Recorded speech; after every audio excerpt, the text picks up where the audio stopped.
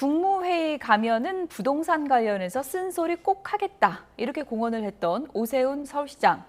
어제 국무회의를 갔는데 별말은 못했습니다. 어제 화면 보시죠. 저기 오늘 오세훈 시장님 어디 계세요?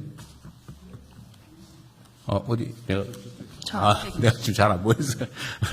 오 시장님 당선 축하드리고요. 아유, 감사합니다. 총리님, 저 서울시장 말씀 좀 드려도 될까요? 지금 이 건은 그냥 국민대토론회가 있으니까요. 그냥 요건으로 넘기면 좋겠습니다. 시장님 주실 거는 서류로 받도록 하겠습니다. 예, 그러면 총리님, 방금 전에 서울시가 준비한 보고서를 네네, 정책실장님하고 오늘 뭐 발언 기회를 안 주실 것 같으니까 그 보고서 내용으로 그럼 대체를 하겠습니다. 네. 국무회의에서 꼭 여러 위원님들 모시고 서울시의 주택행정 관련해서 네, 그 얘기는 나중에 하시죠. 뭐 하고 싶었는데 제가 지금 혹시 방송 보시는 분 우리 국민 여러분 중에 제가 1번, 2번 누르기 한번 해보겠습니다. 초고가에 대해서는 좀 차별적으로 부담시키는 게 좋겠다. 에 동의하시면 1번, 그거 아니다 2번 한번 눌러주시면 좋겠습니다. 이걸 얼마 이상을 초고가로 해서 추가 부담을 시킬 거냐. 10억은 1, 50억은 5, 70억은 7. 대부분이 숫자를 써주셨는데요. 30억 써주신 분들이 많아요. 금액으로 썼어. 의외네. 한 50억 할 줄 알았는데. 20억도 꽤 많습니다. 20억도 많아요? 예. 그거 하면 우리 큰일 날 것 같은데. 네, 제가 드릴 말씀은 없는 것 같습니다. 여기 20억 넘어요? 집 없어, 이제.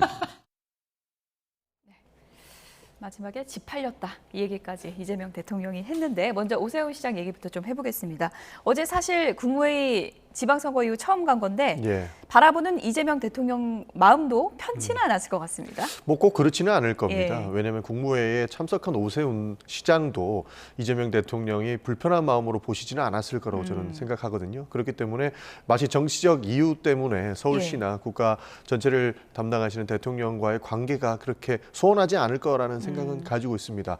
다만 국무회의에 대해서 이야기하지 못한 부분은 아쉬운 부분이 있습니다만 현행 제도가 기본적으로 배석자이기 때문에 배석자가 이렇게 발언권을 얻기 위해서는 발언권을 신청해야 되는 상황이 있거든요. 그래서 발언권이 아무래도 이 회의 진행 여부에 따라서 판단되는 부분이기 때문에 얻지 못한 부분에 대해서는 지적이 있는 것 같습니다. 그래도 좀 지방선거가 살짝 좀 생각나지 않았을까 싶긴 한데. 뭐 아무래도 마음속에서는 없겠습니까? 그런데 예. 한성숙 총리께서 이 회의 진행과 관련해서 먼저 서면으로 받겠다라고 말씀 주신 거는 비단 선거의 유불리 싸움 때문만은 아닌 것으로 저는 읽고 있습니다. 예, 뭐 야권에서는 이틀막이냐. 그래도 1000만 서울 시민을 대표하는 서울시장인데 부동산 정책 관련해서 얘기를 좀 들어봤어야 되는 거 아니냐. 이런 아쉬움을 토로하는 의견도 있는 것 같습니다.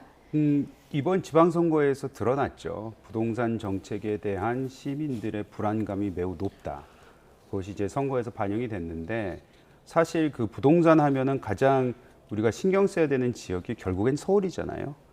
그럼 서울에서 부동산 정책을 이끌고 있는 서울시장에 대한 뭐 예의는 둘째 치더라도 의견은 수렴했어야 되지 않나 이런 생각이 듭니다. 그리고 이재명 대통령께서는 어제 사실 굉장히 좋은 기회를 전 놓쳤다고 생각을 해요. 왜냐하면 지금까지 한 1년 지나면서 본인 스스로가 얘기했던 게 이제 실용 정치, 그다음에 외연 확장 이런 얘기를 많이 하셨잖아요. 그러면서 우리가 외연 확장을 한다면서 뭐 사실 보수 진영에 있던 사람들 등용하기도 하고 그게 실패로 돌아가기도 했지만 그런 취지에서 보면은 어제 국무회의에서 어찌 보면 대한민국의 가장 큰 이슈일 수도 있는 정책 이슈인 부동산에 대해서 서울시장과 물론 이게 반대 진영이 있어서 불편할 수는 있지만 그 의견 수렴하는 모습을 보였다면은 오히려 국민들이 봤을 땐 이재명 대통령이 진짜 실용적인 정치를 하려고 하나 보다 뭐 이런 생각을 했었을 것 같은데 그 기회를 놓친 것이 저는 매우 아쉽게 생각이 듭니다. 네, 답변에 잠시만요. 지금 속보가 한 가지 들어와서 이 속보를 좀 전해드리고 내용을 좀 이어가도록 하겠습니다. 여고생 살인범 장윤기 사건 관련해서 지금 속보가 들어왔습니다. 네, 경찰 특수단의 중간 발표가 오늘 있었고요.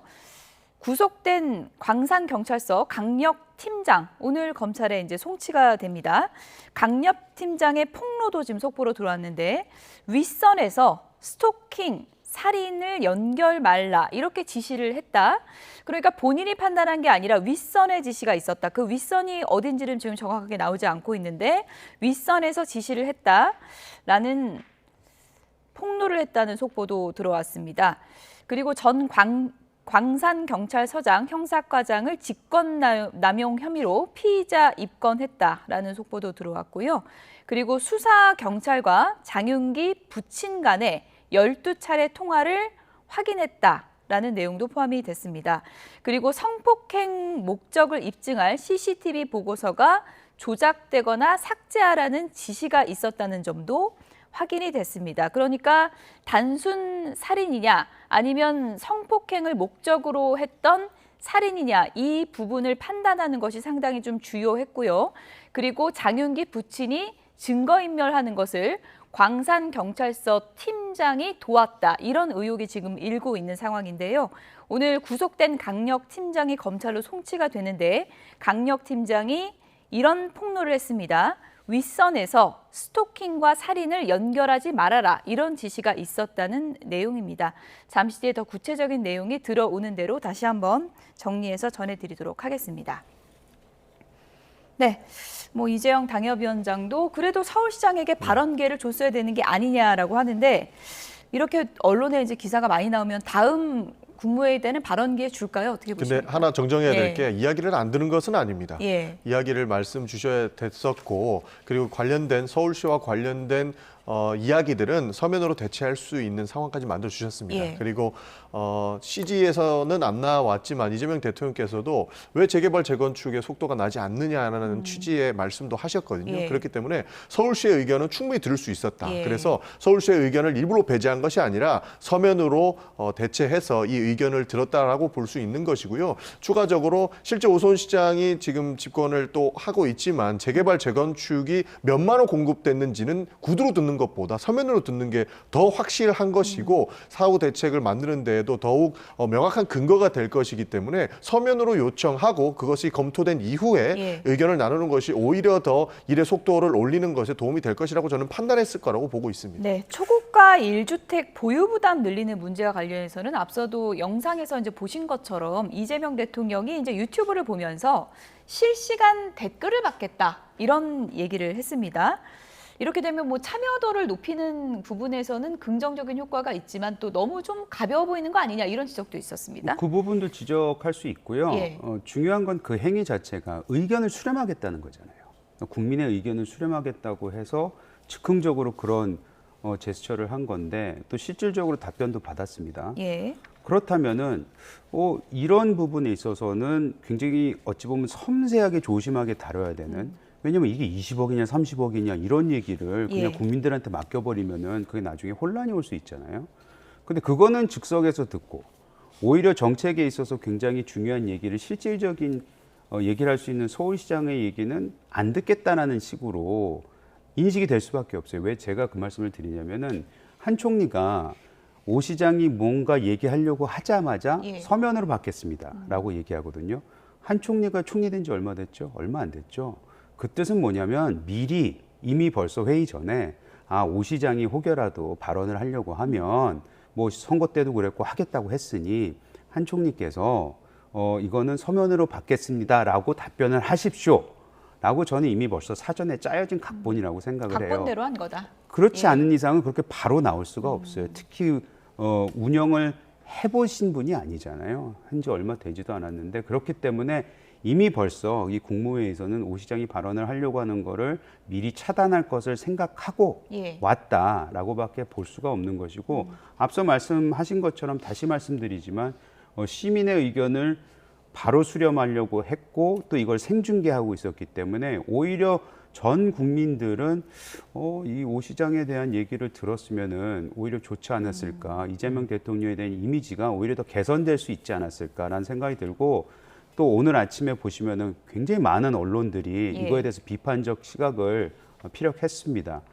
그렇기 때문에 다음에는 국무회의 때 오 시장이 이 최소한 부동산 문제만큼은 예.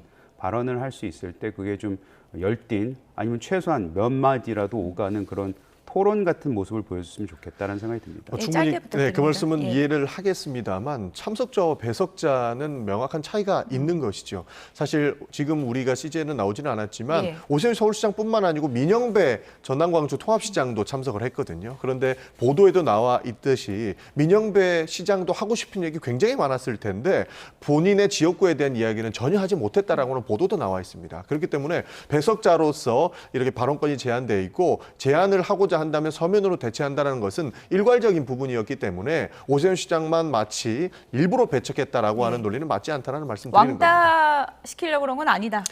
일괄적으로 배석자는 처음에 발언권이 없습니다. 예. 그 부분을 잘 아실 거라고 생각을 하기 때문에 이 정도로 네. 마치겠습니다.